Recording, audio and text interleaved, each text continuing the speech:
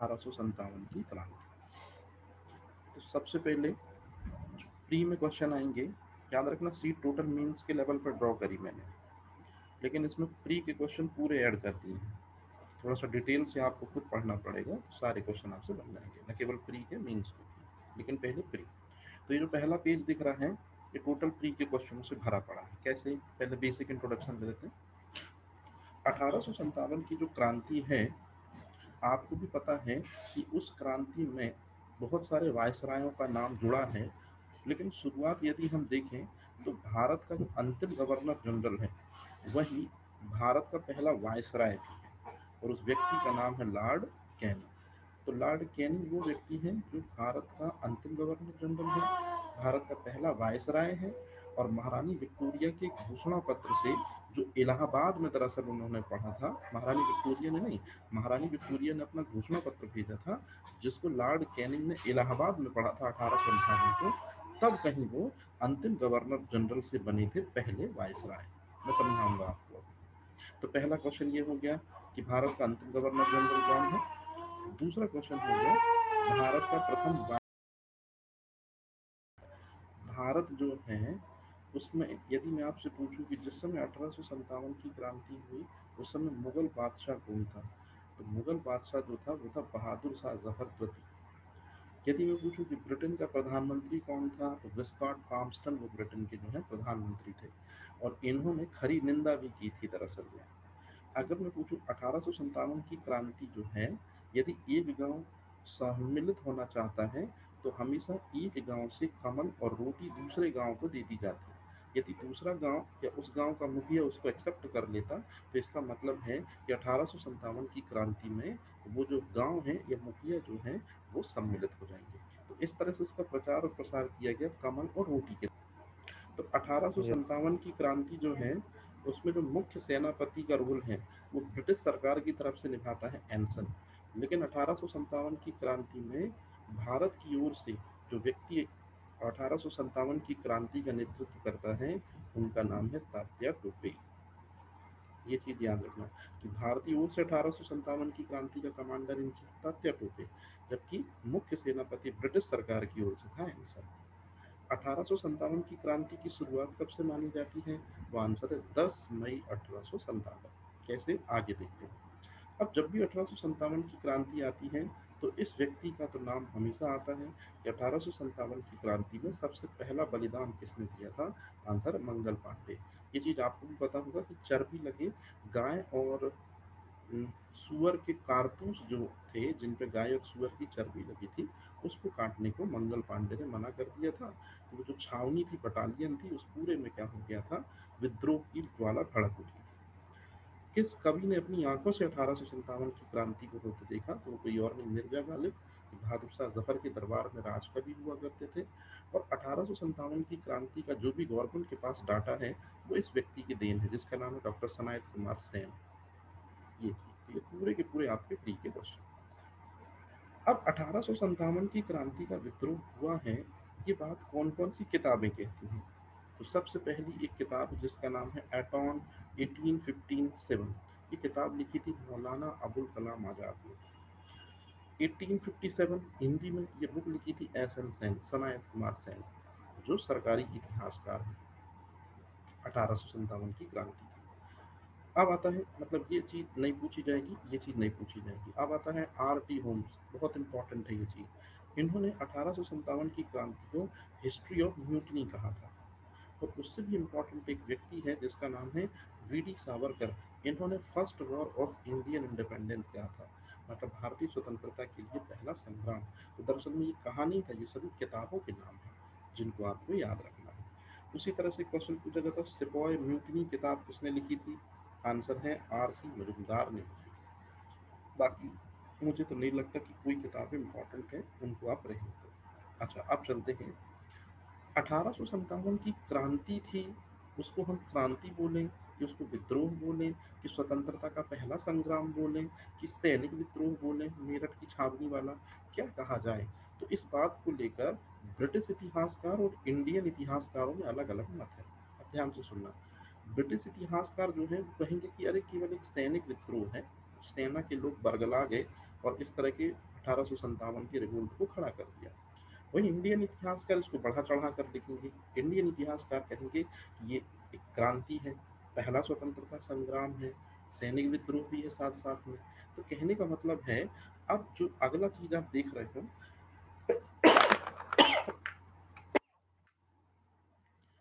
ये आपको याद रखना है। तो जैसे मैं आपसे पूछूं कि सर जॉन लॉरेंस और डब्ल्यू सीले, ये दो व्यक्ति हैं, इन्होंने 1857 की क्रांति के बारे में कहा था कि ये पूर्णतया एक सैनिक विद्रोह है। मतलब केवल और केवल सैनिकों ने 1857 की क्रांति के विद्रोह को खड़ा कर दिया, और किसी वर्ग की कोई भूमिका नहीं। डिजरेली एक व्यक्ति है, अंग्रेज अधिकारी है, इसने कहा था कि हिंदू, मुसलमान और देश के तमाम लोग जो हैं, ये ब्रिटिश सरकार के अगेंस्ट में खड़े होने आए हैं, ये एक राष्ट्रीय गुनाह कर रहे हैं। मतलब दरअसल में राष्ट्र के सभी लोग जो हैं, ये विद्रोह कर रहे हैं, जो ये एक राष्ट्रीय विद्रोह था। परंतु जेम्स आउटरन और डब्ल्यू टेलर का जो सेंटेंस है वो बहुत इंपॉर्टेंट है, कि हिंदुओं ने और मुसलमानों ने, इन दोनों ने अंग्रेजों के खिलाफ षड्यंत्र किया है। ये है 1857 की क्रांति। वहीं एक व्यक्ति है जिसका नाम है एल आर री, वो इस लड़ाई को धर्म से जोड़ देता है। कहता है कि दरअसल में ईसाई, मतलब जो ब्रिटिशर्स लोग हैं वो ईसाई हैं, और हिंदुस्तान में हिंदू धर्म चलता है, ज्यादातर हिंदू धर्म के फॉलोअर हैं। तो दरअसल में ये सभी धर्मों का, मतलब हिंदुओं का, मुस्लिमों का, दरअसल में ईसाइयों के विरुद्ध युद्ध था। इसलिए एल आर रीच का कथन हमेशा पूछा जाता है। क्योंकि इसको काफी बर्बर तरीके से दमन किया गया था, या इस जगह जब ये 1857 की क्रांति हुई तो अलग अलग जगह पर अलग अलग कल्चर और अलग अलग सभ्यताओं को नष्ट किया गया है। अपन देखेंगे कैसे। तो आर टी होम्स का कथन भी पूछा जाता है कि इसको सभ्यता और बर्बरता का युग कहते हैं। एचिसन, जो 1857 की क्रांति का मेन लीडर था, इसने कहा था कि इस लड़ाई में हिंदू और मुसलमान को अंग्रेज अधिकारी ठीक से नहीं भिड़ा पाए। दरअसल में भिड़ाना मकसद था, लेकिन ये दोनों एक हो गए, जिस वजह से 1857 जो है वो सफल नहीं हो पाया। तो मतलब हिंदू और मुसलमानों को ठीक से भिड़ा नहीं पाए। वहीं एक व्यक्ति है जिसका नाम है कार्ल मार्क्स, वो कहता है कि 1857 की क्रांति ब्रिटिश सरकार को उखाड़ फेंकने की क्रांति थी, जो कि भारतीय जनता की क्रांति थी। मतलब कार्ल मार्क्स, आप जानते हैं कार्ल मार्क्स के बारे में, इन्होंने भी 1857 की क्रांति के बारे में अपने विचार दिए थे। और फिर ये अलग अलग विचार हैं, ये आपको याद याद नहीं रखना है, क्योंकि इनमें जो जो पूछे जाते हैं मैं शुरू में बता चुका। अब यहाँ जितने भी इसके नीचे आ रहे हैं, ये सब इंडियन व्यक्ति हैं। जैसे महात्मा गांधी ने 1857 की क्रांति को कहा था कि ये सामंतों का विद्रोह है, जबकि आरसी मजूमदार का ऐसा स्टेटमेंट है जिस वजह से आज भी चर्चा का विषय है, कि 1857 की क्रांति न तो किसी प्रकार का कोई राष्ट्रीय विद्रोह था, और ना ही स्वतंत्रता के लिए प्रेरित हुई संग्राम। मतलब कोई नहीं, कुछ नहीं। तो आपसे क्वेश्चन पूछा जाता है, 1857 की क्रांति न तो राष्ट्रीय विद्रोह था और न ही स्वतंत्रता संग्राम, मतलब कोई नहीं, कुछ नहीं, किसका स्टेटमेंट है? आपसे मजूमदार का। ये चीज आप याद रखना। अब दो लेडीज हैं। एक लेडीज है जिसका नाम है एनी बेसेंट। एनी बेसेंट कहती है कि 1857 की क्रांति के पीछे धीरे धीरे धीरे चिंगारी जो थी वो ज्वाला बन रही थी, और एकदम से 1857 की क्रांति में वही चिंगारी जो है वो ज्वाला का काम कर जाती है। मतलब 1857 की क्रांति को बोला विराट आंदोलन, तो विराट आंदोलन के पीछे जो है शताब्दियों का इतिहास है।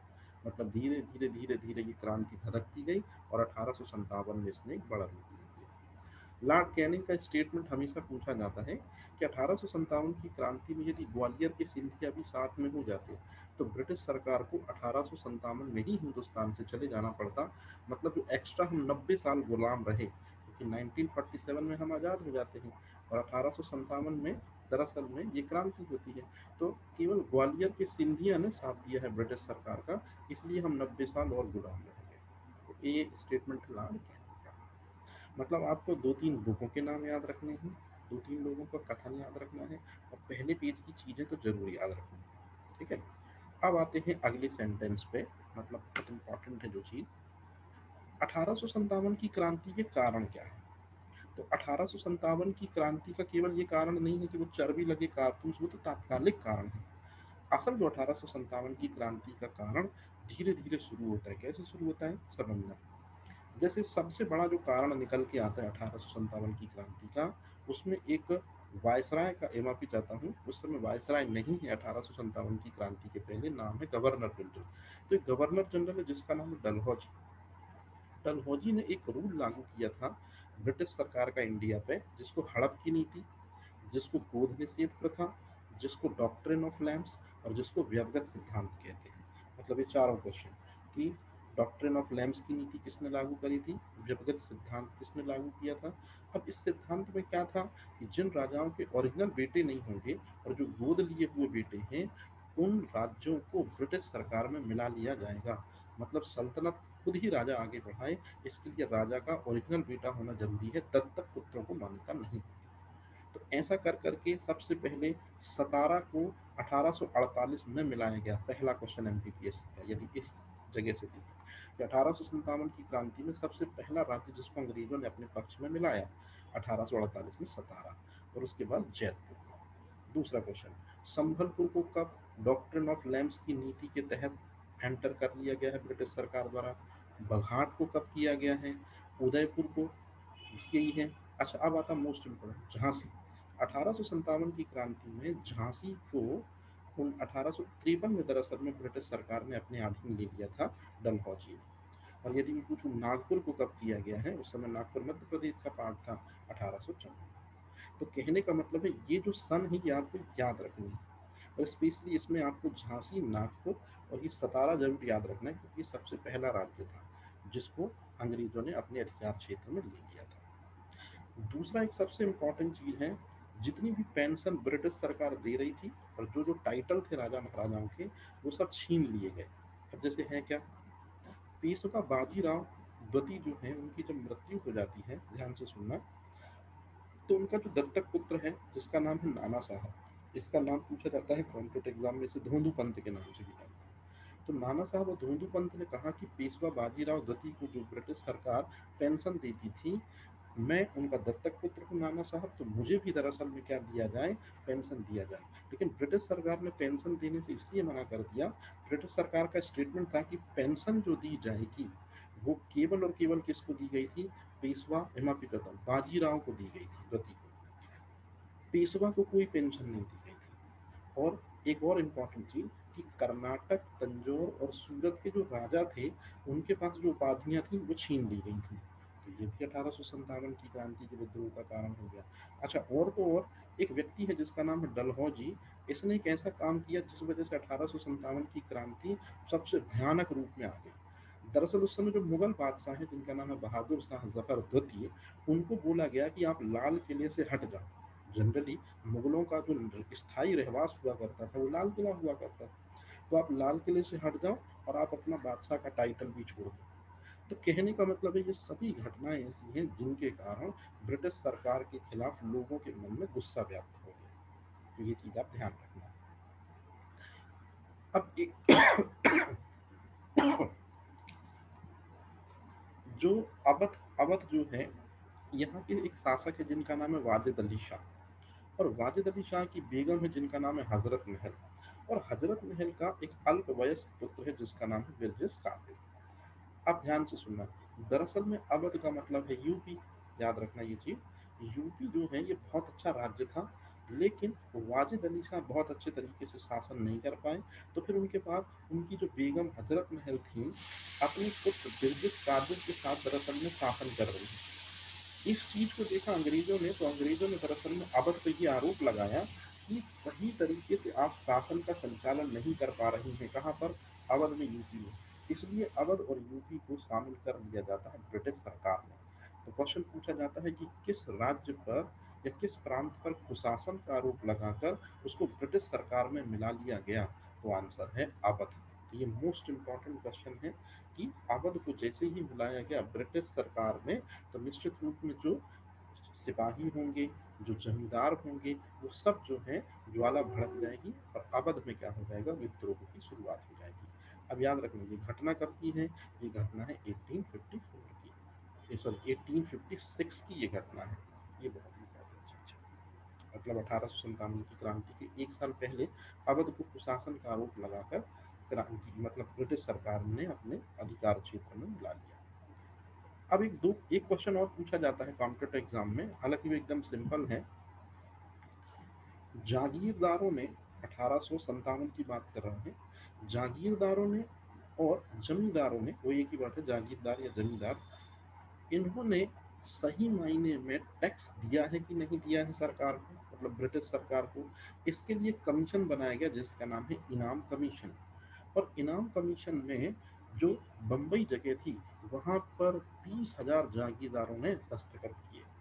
तो दरअसल में जब दस्तखत किए तो बाद में डलहौजी ने पाया कि इसमें बहुत सारे कुछ ऐसे जागीरदार या जमींदार हैं जिन्होंने गबन किया है राज्य की संपत्ति में, मतलब पैसे दिए हैं 100 रुपए और दिखाया है 120 रुपए।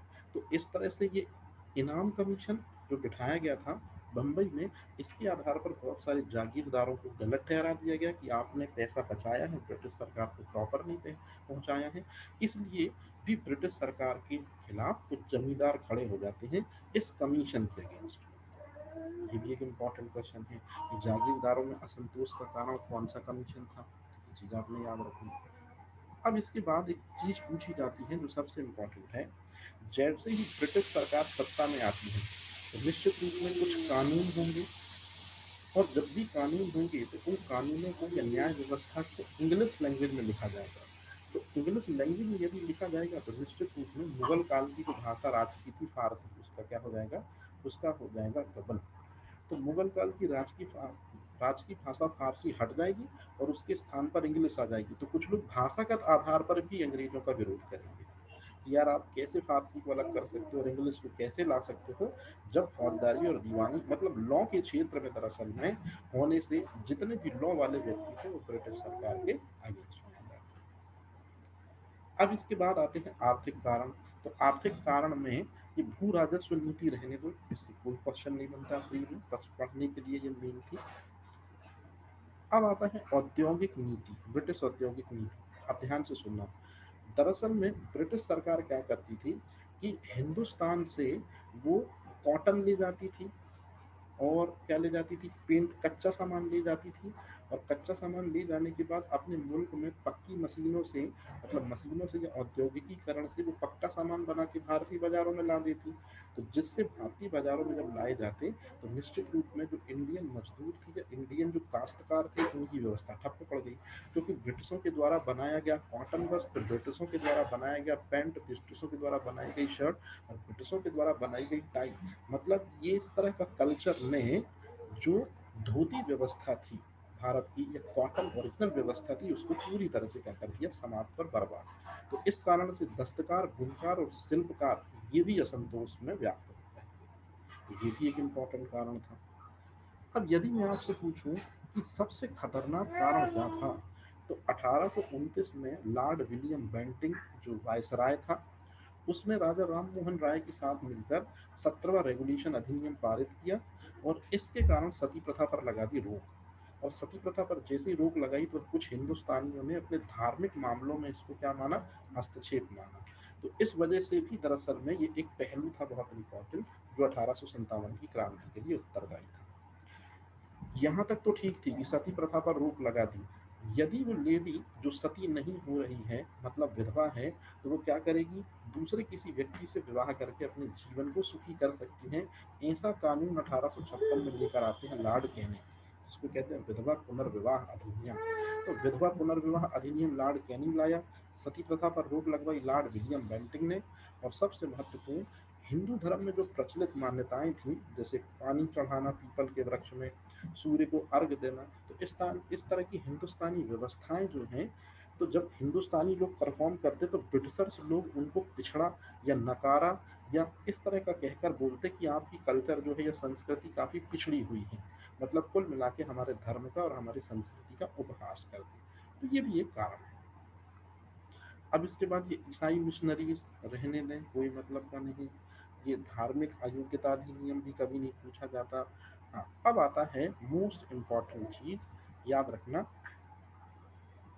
तात्कालिक कारण सीधे सीधे जो पूछा जाता है, तो उस पर बात करते हैं। दरअसल में ये सभी जितने कारण हैं, ये सभी कारणों ने 1857 की क्रांति को दुनिया के, वापिस जाता हूँ, भारत के अलग अलग राज्यों में भड़काया। परंतु जो तात्कालिक कारण जिसने आग में घी डालने का काम किया, उसका संबंध एक बंदूक से है। दरअसल में एक बंदूक ब्रिटिश सरकार के अफसर चलाया करते थे जिसका नाम है ब्राउन बैस। ब्राउन बैस बंदूक से निशाना कम तक लगता था और इसको चालू करने, मतलब फायर करने में काफी समय लगता था। परंतु अब ब्राउन बेस बंदूक के स्थान पर एक नई बंदूक एंटर होती है, न्यू जिसका नाम है न्यू इनफील्ड राइफल। और न्यू इनफील्ड राइफल काफ़ी दूर तक मार करती है, लेकिन इसमें दिक्कत ये है कि जो चीज़ इसके अंदर गोली भरी जाएगी, उस गोली को दरअसल में शुरुआत में उस गोली के शुरू में लगा हुआ है गाय और सूअर का चर्बी वाला सब्सटेंस।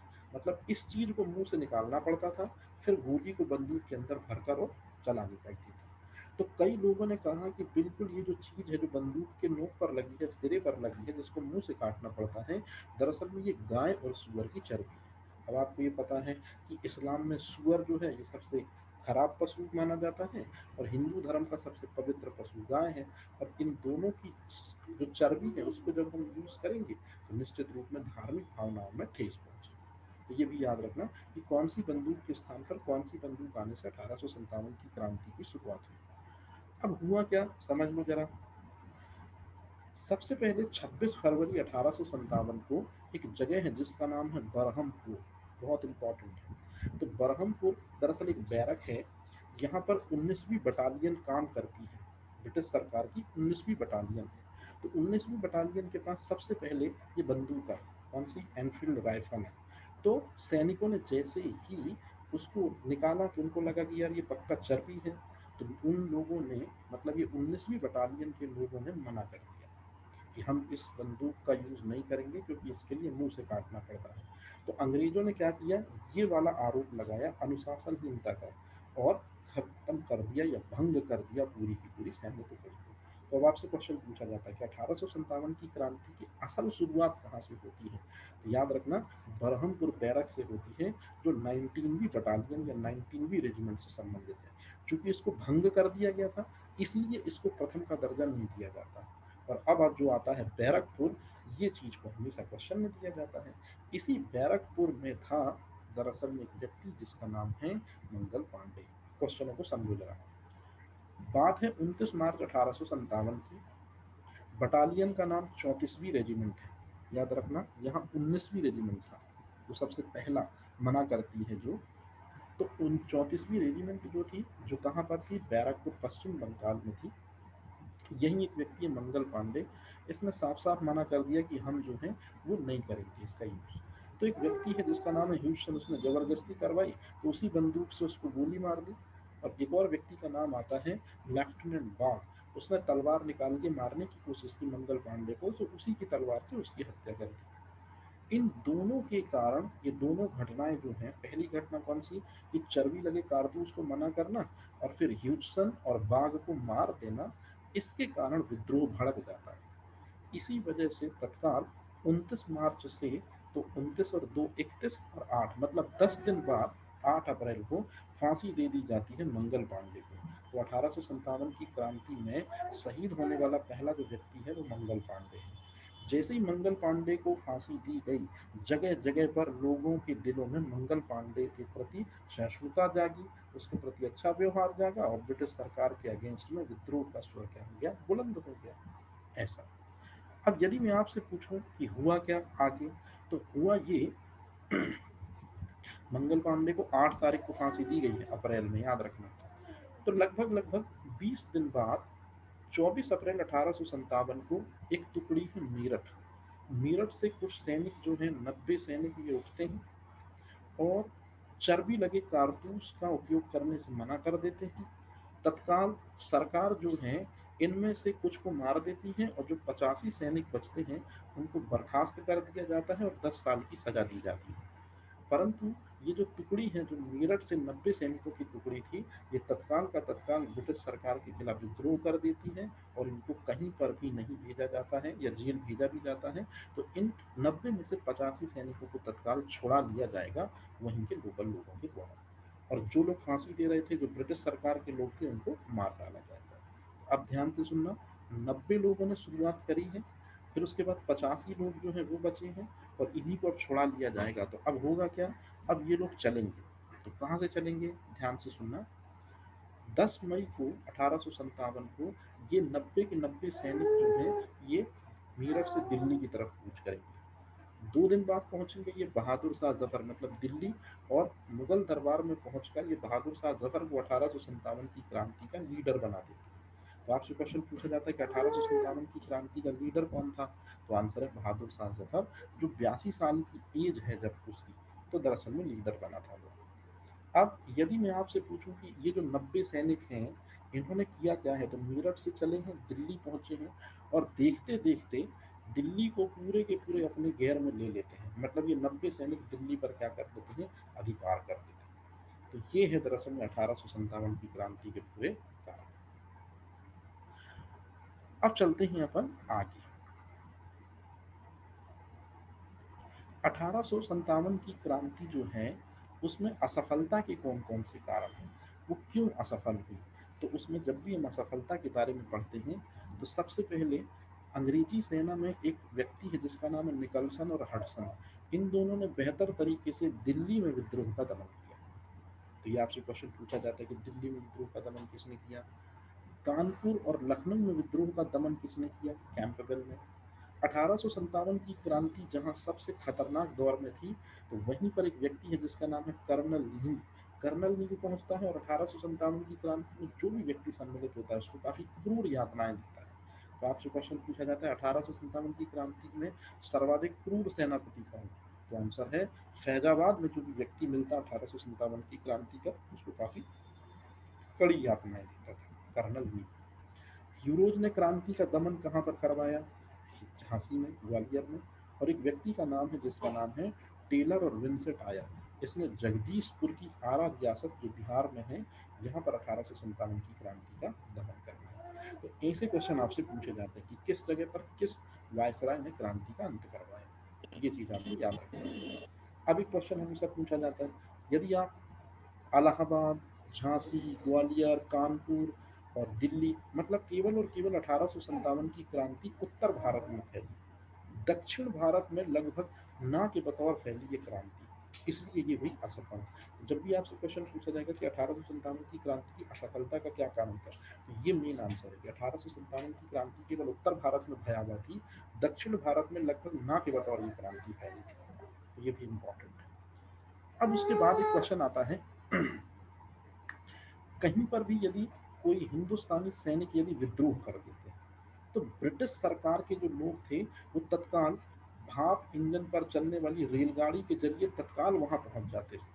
तो कहने का मतलब है कि रेलगाड़ी के जरिए पहुंच जाते थे, और यदि किसी जगह पर कोई विद्रोह होने वाला है, तो तार व्यवस्था से तत्काल ब्रिटिश सरकार को इत्तला हो जाती। तो कहने का मतलब है कि तकनीकी के मामले में ब्रिटिश सरकार एक कदम आगे थे विद्रोहियों से। इसलिए भी दरअसल में 1857 की क्रांति जो है, वो क्या हो जाती है, असफल हो गई। सैनिक दृष्टिकोण भी इम्पोर्टेंट है कि बंदूकें काफी कम थी इंडियन लोगों के पास में, और ब्रिटिश सरकार बंदूकों से लैस थी। इंडियन लोग जनरली तलवारों और भालों से लड़ते थे। तो ये भी है, लेकिन प्री में इसमें कोई क्वेश्चन नहीं बनेगा। अब ध्यान से सुनना जो बात मैं बोल रहा हूँ। नाना साहब 1857 की क्रांति में इसलिए लड़ रहे थे क्योंकि उनको चाहिए थी अपनी पेंशन। बेगम हजरत महल 1857 की क्रांति में इसलिए लड़ रहे थे क्योंकि इनको चाहिए था अपना अवध। झांसी की रानी 1857 की क्रांति में इसलिए लड़ रही थी क्योंकि इनको चाहिए थी झांसी। मतलब कोई एक निश्चित उद्देश्य नहीं था, हर कोई अपने अपने स्वार्थ पूर्ति उद्देश्य के लिए लड़ रहा था। इसी वजह से ये क्रांति असफल हो जाती है। और सबसे खतरनाक और सबसे इम्पोर्टेंट पॉइंट आता है कि 1857 की क्रांति में हकीकत में असफल क्यों हुई।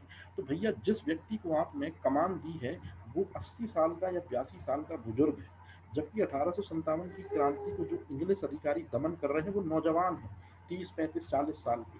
तो कहने का मतलब है हमारा जो केंद्रीय नेतृत्व था बहादुर शाह जफर का, वो कमजोर था। इसलिए 1857 की क्रांति जो है, वो ज्यादा मजबूती के साथ सैनिकों के द्वारा या विद्रोहियों के द्वारा ब्रिटिश सरकार पर हावी नहीं हो पाई। तो ये चीज याद रखना, केंद्रीय नेतृत्व की है।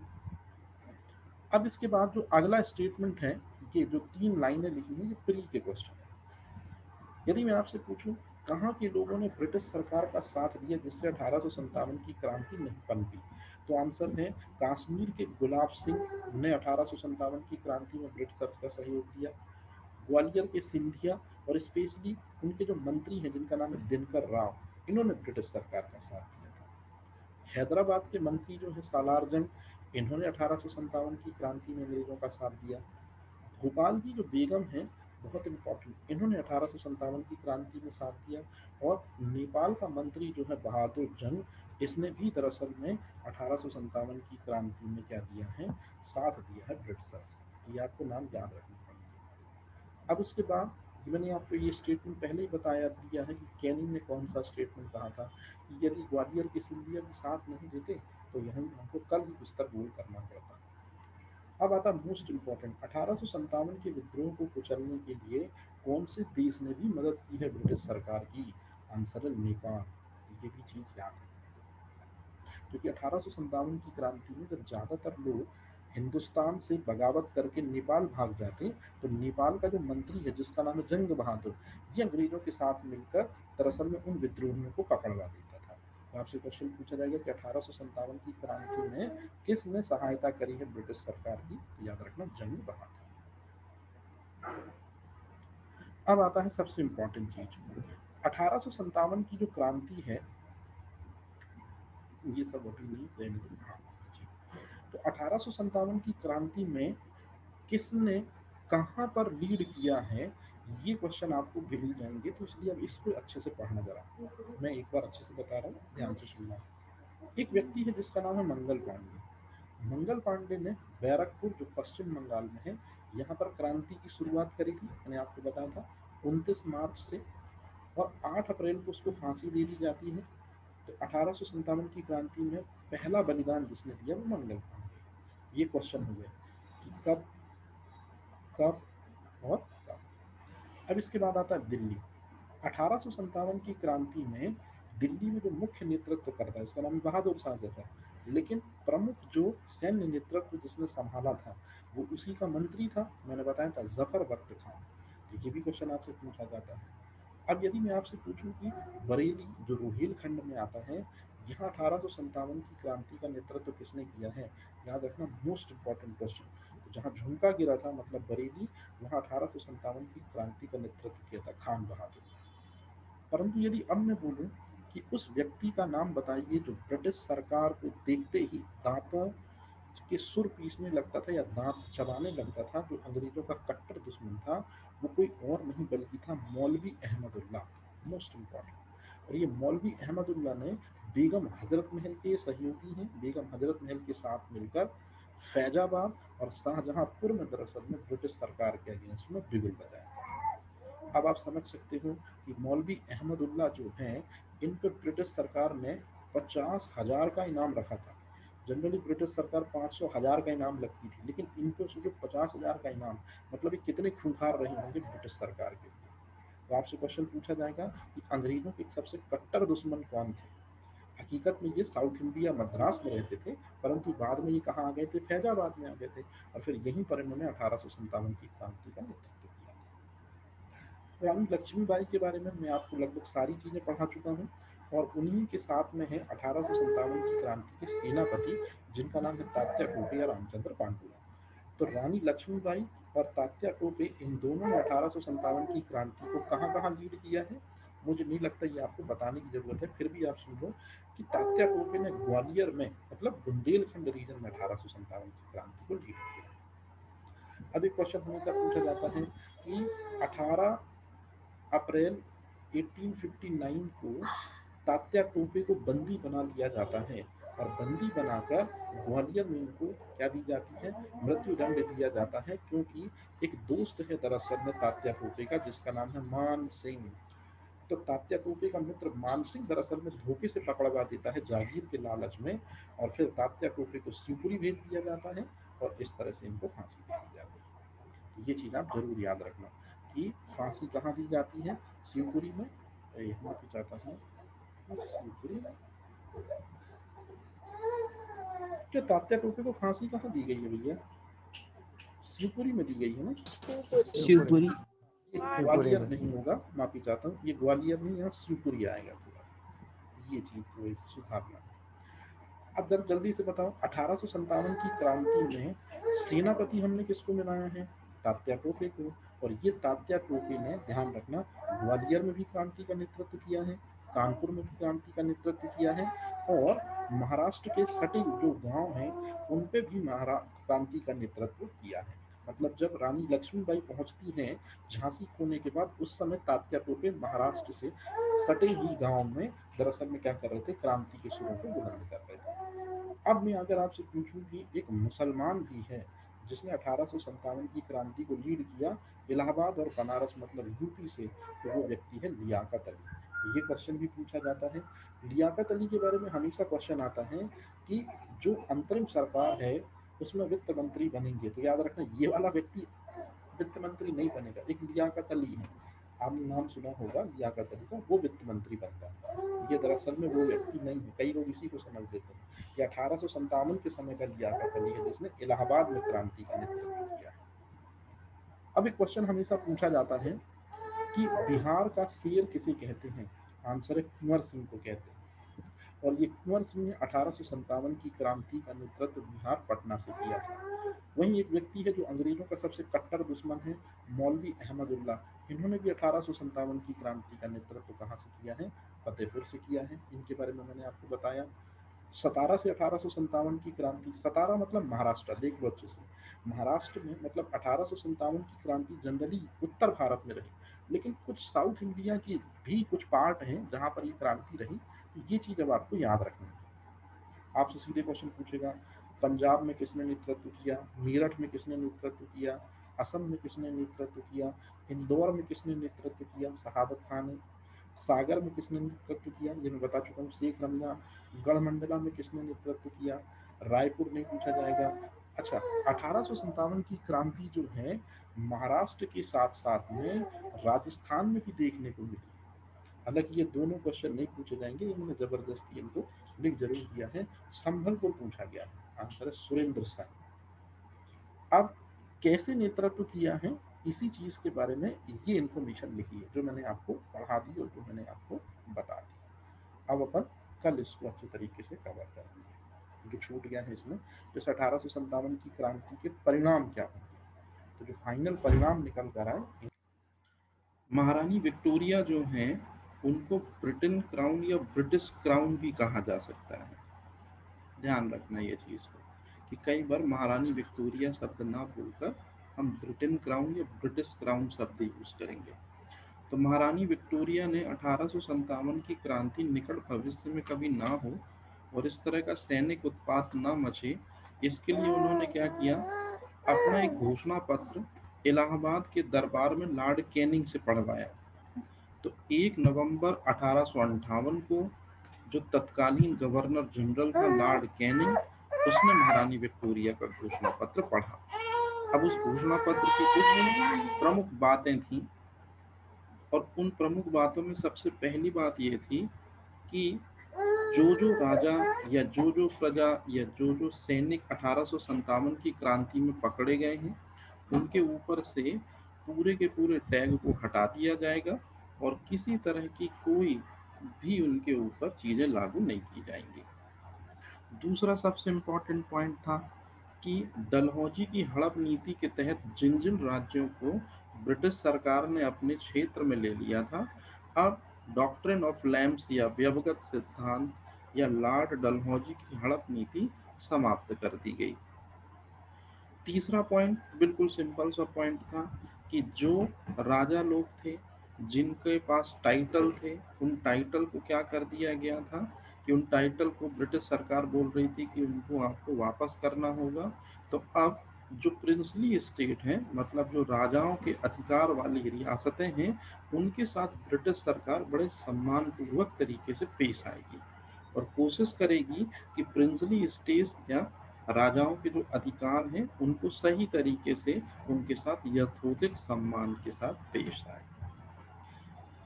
अब यदि मैं आपसे पूछूं कि इस एक्ट का सबसे बड़ा परिवर्तन क्या हुआ या सबसे बड़ा परिणाम क्या हुआ, तो याद रखना दरअसल में हुआ ये कि 1857 की जो क्रांति है, ऐसा माना गया कि ये ईस्ट इंडिया कंपनी के कार्यों का परिणाम थी। तो इसलिए महारानी विक्टोरिया ने कहा कि ईस्ट इंडिया कंपनी के हाथों से सत्ता चलवाना ये खतरे से खाली नहीं होगा हिंदुस्तान में। तो तत्काल उन्होंने ईस्ट इंडिया कंपनी के हाथों से शासन निकाल दिया या भारतीय प्रशासन का शासन अलग कर दिया और स्वयं के नियंत्रण में ले लिया। मतलब ब्रिटिश क्राउन के नियंत्रण में ले लिया। इससे पहले भारत पर जो प्रशासनिक नियंत्रण है वो ईस्ट इंडिया कंपनी का चल रहा था, परंतु 1857 की क्रांति ने यह प्रूव कर दिया कि लोग हिंदुस्तान के ईस्ट इंडिया कंपनी के रवैयों से संतुष्ट नहीं हैं। इसलिए दरअसल में ब्रिटिश क्राउन ने स्वयं सत्ता को टेक ओवर कर लिया। ये मोस्ट इम्पॉर्टेंट चीज है, ये आपसे पूछी भी जाती है कि ईस्ट इंडिया कंपनी के हाथों से प्रशासन निकलकर ब्रिटिश क्राउन के हाथों में आ गया, ये कौन से अधिनियम के द्वारा हुआ? आंसर है 1858। फिर इसके बाद एक सबसे महत्वपूर्ण पॉइंट आता है कि अंतिम गवर्नर जनरल जो व्यक्ति है जिसका नाम है लॉर्ड कैनिंग, ये लॉर्ड कैनिंग जो है, मेरी बात ध्यान से सुनना, लॉर्ड कैनिंग है अंतिम गवर्नर जनरल, मतलब गवर्नर जनरल। दरअसल में गवर्नर जनरल जो है ये ईस्ट इंडिया कंपनी के द्वारा बनाई गई एक पोस्ट थी। तो चूंकि क्या हो रहा है, ईस्ट इंडिया कंपनी का नियंत्रण खत्म हो रहा है, तो इस पोस्ट को भी खत्म होना पड़ेगा। और यदि ब्रिटिश क्राउन का शासन आ रहा है तो इसका सीधा सीधा सा मतलब है कि उसके द्वारा हिंदुस्तान में एक व्यक्ति को अपॉइंट किया जाए जो प्रशासनिक गतिविधियों पर नियंत्रण रखे। तो आप याद रखना, ये ईस्ट इंडिया कंपनी की लाइन है, दरअसल ये ईस्ट इंडिया कंपनी से संबंधित पोस्ट थी गवर्नर जनरल। इस टाइटल को खत्म करके ब्रिटिश क्राउन का टाइटल लाया गया वायसराय। यदि आपसे कोई पूछा जाए कि अंतिम गवर्नर जनरल कौन, तो लॉर्ड कैनिंग, और भारत का प्रथम वायसराय कौन, लॉर्ड कैनिंग। मतलब महारानी विक्टोरिया ने इसमें कोई छेड़छाड़ नहीं की, जो लॉर्ड कैनिंग है वही भारत के पहले वायसराय भी बनते हैं। अब उसके बाद एक और चीज पूछी जाती है, नस्लीय भेदभाव की नीति नहीं, तो इससे कोई फ्री में कोई क्वेश्चन नहीं बनता, इसको आप रहने दो।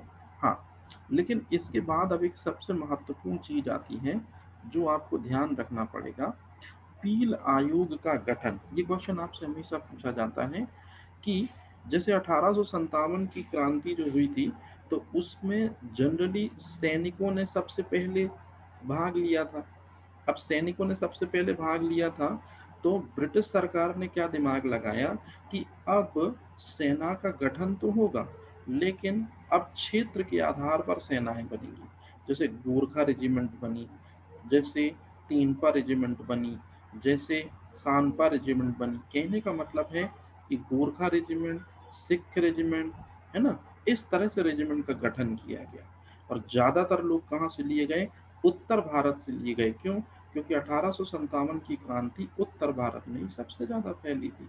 तो दरअसल में इन सैनिकों की जो भर्ती होती थी ये किन से होती थी, पील आयोग के द्वारा होती थी। तो आपसे एक क्वेश्चन हमेशा पूछा जाता है कि सैनिकों की भर्ती 1857 के विद्रोह के बाद जो हुई वो किस आयोग के अनुसार हुई थी, तो याद रखना पील आयोग। और इसमें अब गोरखा, सिख और पंजाबी रेजिमेंट के सिपाहियों को टेक ओवर किया गया था। तो आपसे क्वेश्चन पूछा जाएगा पील आयोग का संबंध किससे है, 1857 की क्रांति से। गवर्नर जनरल वायसराय बनता है 1857 के बाद 1858 पे आए एक्ट से। ईस्ट इंडिया कंपनी पर प्रशासनिक नियंत्रण समाप्त कर दिया जाता है और ब्रिटिश क्राउन के हाथों में चला जाता है। और उसके बाद महारानी विक्टोरिया का घोषणा पत्र किसने पढ़कर सुनाया, तो 1 नवंबर 1858 को लॉर्ड कैनिंग ने पढ़कर सुनाया था। तो ये है वो क्वेश्चन जो आपसे प्री में पूछे जाएंगे।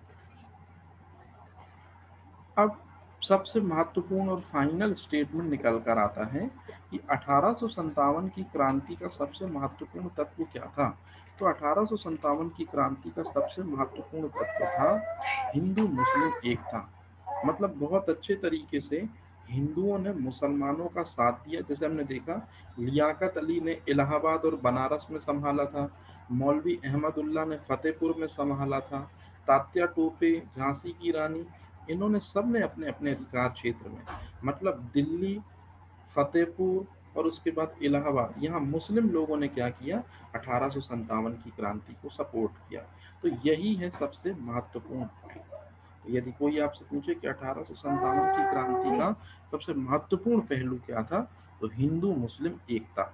और यही हिंदू मुस्लिम एकता जो है ये असफल साबित हुई, या ये चीज सच साबित हुई क्योंकि मैंने आपको बताया था एक व्यक्ति है जिसका नाम आप याद रखेंगे, एचिसन।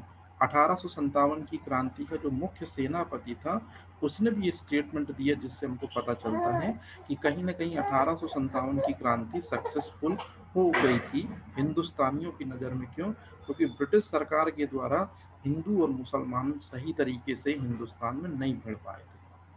तो ये है 1857 की क्रांति।